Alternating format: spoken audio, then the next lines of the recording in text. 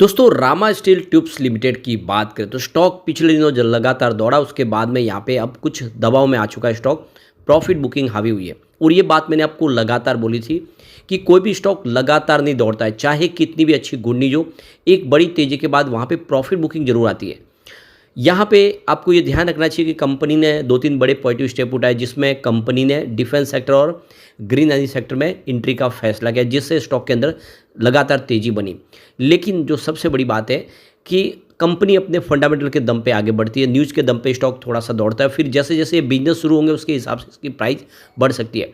इससे पहले मैंने आपको एग्जाम्पल से बताया था कि अगर आप जाके देखें सालासर टेक्नो इंजीनियरिंग की, तो कंपनी ने भी दो तीन बड़े सेक्टर में एंट्री की हुई है, जिसमें आप देखें तो उनका रेलवे सेक्टर भी है और ग्रीन एनर्जी का सेक्टर भी है और साथ में टेलीकॉम सेक्टर भी है, और उस सारे सेक्टर पे सरकार की पूरी रहमो करम है। तो प्राइस तो ज़बरदस्त उसकी भी बड़ी थी और उसका ट्रैक रिकॉर्ड भी काफ़ी अच्छा है, वो भी इस साल बोनस दे चुकी है, लेकिन स्टॉक में ठहराव वहाँ पर भी आ चुका है और इसीलिए स्टॉक में थोड़ा सा ठहराव आएगा। लेकिन ये बाद में ये स्टॉक दौड़ने वाले बहुत शानदार दौड़ सकते।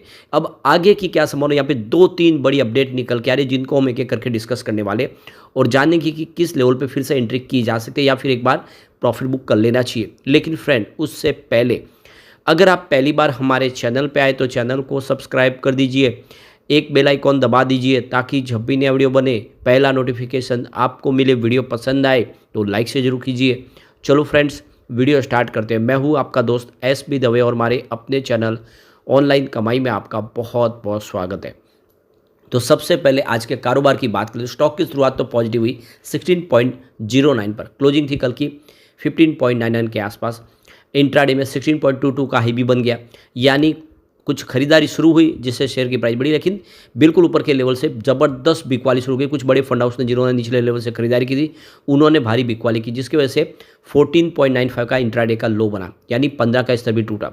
गनीमत ये रही कि क्लोजिंग ऊपर की तरफ रही 15.42 पर, जहाँ पे 3.56% की गिरावट देखने को मिली, यानी इसने फिर से एक बार 15 के स्तर को छू लिया है।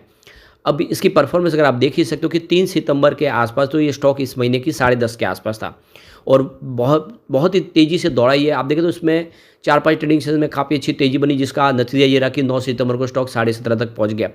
फिर स्टॉक के अंदर आप देखें तो प्रॉफिट बुकिंग आई और उसकी वजह से स्टॉक एक बार देख सकते हो कि थोड़ा नीचे जरूर आया, लेकिन ये स्टॉक देखिए 15-16 के आसपास काफ़ी समय तक ट्रेड किया और फाइनली अगर आप देखें तो अभी भी स्टॉक जो है 16 के आसपास तो इंट्राडे में आज भी इसने बनाई है।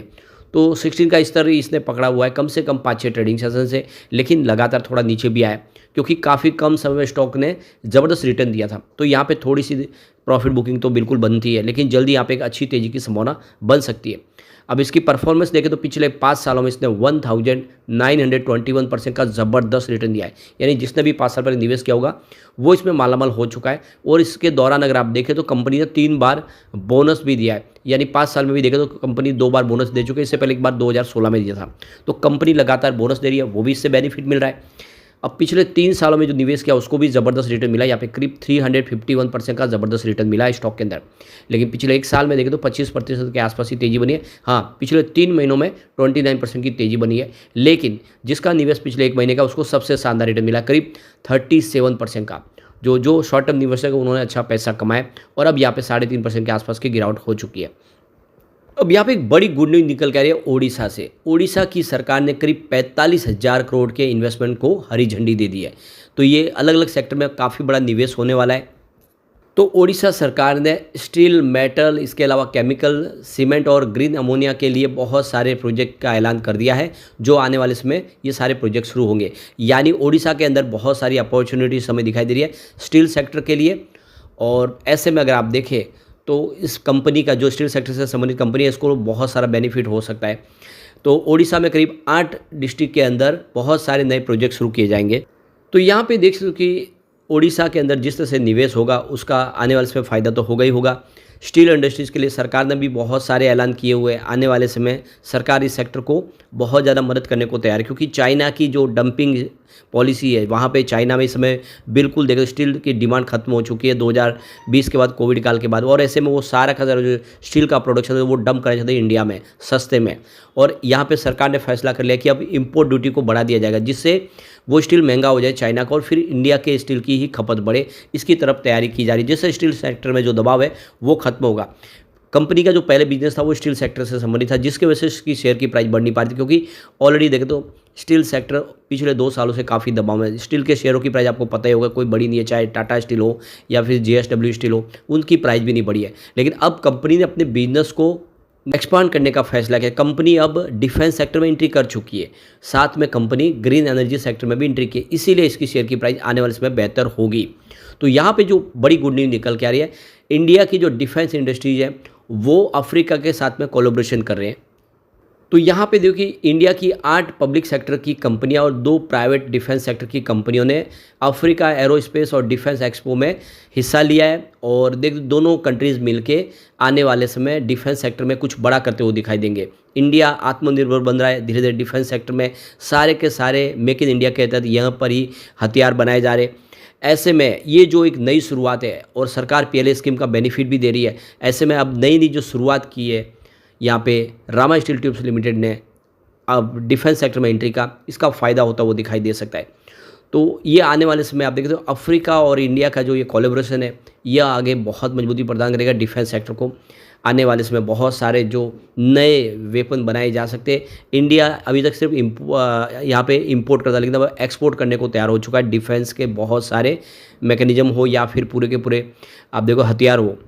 तो ये सारी बातें साबित कर रही है कि रामा स्टील ट्यूब्स लिमिटेड आने वाले समय बहुत बेहतर कर सकता है। यहाँ तक कि अगर आप देखें तो 16 से 18 तारीख का जो रिदम एनर्जी का एक्सपो हुआ है गांधीनगर गुजरात में, जिसमें बहुत बड़ा कमिटमेंट हुआ है आने वाले 2030 तक बहुत बड़ा भारी भरकम निवेश होगा। करीब 32 लाख करोड़ के आसपास निवेश की कमिटमेंट मिल चुकी है सरकार को। तो ये अभी भी इन्होंने देख सकते हो कि ग्रीन सेक्टर में भी एंट्री कर लिए। कंपनी सोलर स्ट्रक्चर बनाएगी तो कंपनी को बेनिफिट होगा ही होगा। और इसीलिए अगर आपका नजरिया लॉन्ग टर्म का है तो बिना डरे निवेश को बनाए रखें। शॉर्ट टर्म इन्वेस्टर एक बार प्रॉफिट बुक कर सकते हैं क्योंकि दबाव में स्टॉक दिखाई दे रहा है। अगर हम इसके क्यूएटी स्कोर को चेक करें तो क्वालिटी काफ़ी अच्छी दिख रही है। इसको 100 में से 69 पॉइंट दिखाई दे रहे हैं, मतलब इसकी जो हाई फाइनेंशियल स्ट्रेंथ दिख रही है, मतलब काफ़ी अच्छा है क्वालिटी के मामले में। लेकिन इसकी वैल्यूशन काफ़ी इस समय एक्सपेंसिव दिख रही है, नहीं महंगा लग रहा है स्टॉक इस लेवल पे। 100 में से 19 पॉइंट ही निकल के आ रही है, इसका मतलब स्टॉक और थोड़ा नीचे आ सकता है। टेक्निकल पॉइंट काफ़ी अच्छे है, 100 में से 59 पॉइंट निकल के आ रहे हैं, मतलब टेक्निकली देखें तो स्टॉक इस समय बुलिश दिखाई दे रहा है।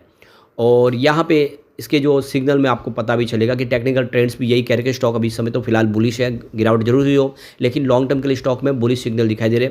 और अगर हम बात करें शॉर्ट टर्म की तो वो भी सिग्नल बुलिश ही दिखाई दे रहे। तो कुल मिला के कंपनी ने जिस तरह से काफ़ी शानदार तरीके से लगातार लोगों को बोनस दिया है, इसका ट्रैक रिकॉर्ड बहुत ही अच्छा है। दूसरी कंपनियों के मुकाबले कंपनी लगातार इसने जो 2016 के बाद 3 बार बोनस दे दिया है, तो ऐसे में निवेश किया जा सकता है। लेकिन पैनी स्टॉक है, ये भी आपको ध्यान रखना चाहिए, कोई बड़ी फंडामेंटली मजबूत कंपनी नहीं है तो निवेश लिमिटेड करना चाहिए।